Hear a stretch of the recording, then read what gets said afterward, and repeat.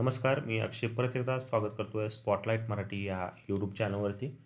मित्रांनो, आजच्या व्हिडिओमध्ये आपण एक मोठी अपडेट घेणार आहेत की बऱ्याच दिवसापासून जे आहे ते शेतकऱ्यांना एक संभ्रम निर्माण होत आहे की कापूस सोयाबीन अनुदान येणार किंवा नाही. या अनुदानाविषयी अनेक वेगवेगळ्या प्रकारची माहिती भेटत आहे. वेगवेगळे जी-आरसुद्धा निघालेले आहेत, वेगवेगळ्या तारखासुद्धा देण्यात येत आहेत. आणि कापूस आणि अनुदान, सोयाबीन अनुदान ह्या गोष्टीविषयी जी आहे ती एक प्रकारची बरीच चर्चा जी आहे ती होत आहे. आता कापूस सोयाबीन अनुदान हे हेक्टरी 5,000 रुपये याप्रमाणे सरकारने शेतकऱ्यांना देण्याचं जाहीर केलं होतं आणि यासाठी लाभार्थी याद्यासुद्धा जाहीर केल्या होत्या. आणि याविषयी आपल्याला एक अपडेट आहे की कापूस सोयाबीन अनुदान याद्यांमध्ये ज्या शेतकऱ्यांची नावे आहेत अशांनी आपल्याला KYC करणं जरुरीचं आहे. आणि KYC जर केली तरच काय होणार आहे, आपल्याला पैसे मिळणार आहेत. तर आता ही बऱ्याच शेतकऱ्यांना माहीत नाही की KYC कोणी करायची आहे किंवा KYC आपल्याला कुठं करायची आहे. आता हे जे काही नवीन पोर्टल दिलेलं आहे यावरती आपल्याला KYC करता येणार आहे का? तर अजिबात नाही. मित्रांनो, इथं ऑप्शन वगैरे दिलेले आहेत, पण हे पोर्टल कधी चालतं आहे कधी चालत नाही, ह्या पोर्टलचा काही भरोसा नाही.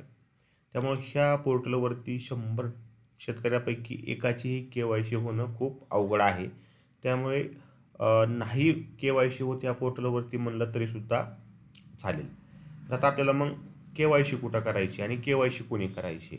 तर मित्रांनो, बघू शकता आता सगळ्यात सोप्या पद्धतीनं तुम्हाला सांगतो की ज्या शेतकऱ्यांना प्रधानमंत्री किसान सन्मान निधीचे हप्ते येत आहेत, म्हणजेच की प्रधानमंत्री किसान सन्मान निधी मुख्यमंत्री योजनेचा जो काही 2,000 रुपयाचा हप्ता आहे, ज्या शेतकऱ्यांना येतोय त्या शेतकऱ्यांना आणि ज्या शेतकऱ्यांचं नाव या यादीमध्ये आहे आणि त्या शेतकऱ्याला जर PM किसानचा 2,000चा हप्ता येत असेल तर त्या शेतकऱ्याला KYC करायला कुठेही जायची गरज नाही. त्या शेतकऱ्याला या अनुदानाचे पैसे जे आहे ते DBT मार्फत त्याच्या बँक अकाउंटवरती मिळणार आहेत. आता दुसरी गोष्ट अशी आहे की ज्या या लाभार्थी यादीमध्ये शेतकऱ्याचं नाव आहे पण त्याला PM किसान सन्मान निधीचा 2,000चा हप्ता मिळत नाही, तर अशा शेतकऱ्यांना काय करायचं आहे? तर ज्या शेतकऱ्याचं लाभार्थी यादीमध्ये नाव आहे आणि त्याला PM किसानचा हप्ता भेटत नाही, अशा शेतकऱ्यांना KYC करावी लागणार आहे. आता वेबसाईटवरती जी काही ही CSC ॲग्री नावाची वेबसाईट आहे यावरती आपल्याला ऑप्शन वगैरे दिलेले आहेत KYCचे, पण तिथं KYC होत नाही. तर अशा शेतकऱ्यांनी आपले जे काही 7/12 आधार कार्ड हे डॉक्युमेंट आहेत ते घेऊन आपल्या तालुक्याच्या ठिकाणी जाऊन कृषी अधिकारी ऑफिसमध्ये जाऊन जे आहे ती KYC करायची आहे. आणि KYC केल्यानंतरच काय होणार आहे की आपल्याला या सन 2023 खरीप हंगामातील कापूस व सोयाबीन उत्पादक शेतकऱ्यांना जे काही अर्थसहाय्य मिळणार आहे ते अर्थसहाय्य त्या शेतकऱ्यांच्या बँक अकाउंटवरती जमा होणार आहे. तर मित्रांनो, एकदम सोप्या पद्धतीनं आहे की जर तुमचं यादीमध्ये नाव असेल आणि जर तुम्हाला PM किसानचा हप्ता येत असेल तर तुम्हाला काही करायची गरज नाही. तुम्हाला ॲटोमॅटिकली या अनुदानाचे 5,000 रुपये तुमच्या बँक अकाउंटवरती जमा होतील. आणि जर तुम्हाला यादीमध्ये नाव आहे पण सन्मान निधीचा हप्ता भेटत नाही, त्यांना KYC करावी लागणार आहे. KYC आपल्या जवळच्या आपण CSC सेंटरवरती किंवा आपल्या तालुक्याच्या ठिकाणी जाऊन कृषी अधिकारी यांच्याकडे जाऊन आपले डॉक्युमेंट घेऊन जाऊन आपण KYC करू शकता.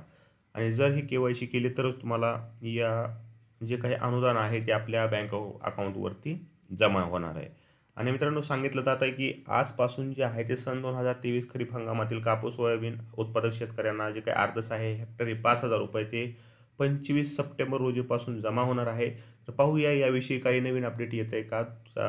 आज जमा होण्याचं सांगितलं जात आहे, पण बघूया याविषयी कुणाला जमा झालं आहे का किंवा जमा होण्याविषयी काही अपडेट आहे का. तर मित्रांनो, आशा करतो की आपल्याला माहिती समजली असेल आणि आपण कशाप्रकारे KYC करणार आहेत, कुठं KYC करणार आहेत आणि आपण कशाप्रकारे या हंगामातील जे काही अर्थसहाय्य आहे ते आपण मिळवणार आहेत याविषयीची माहिती.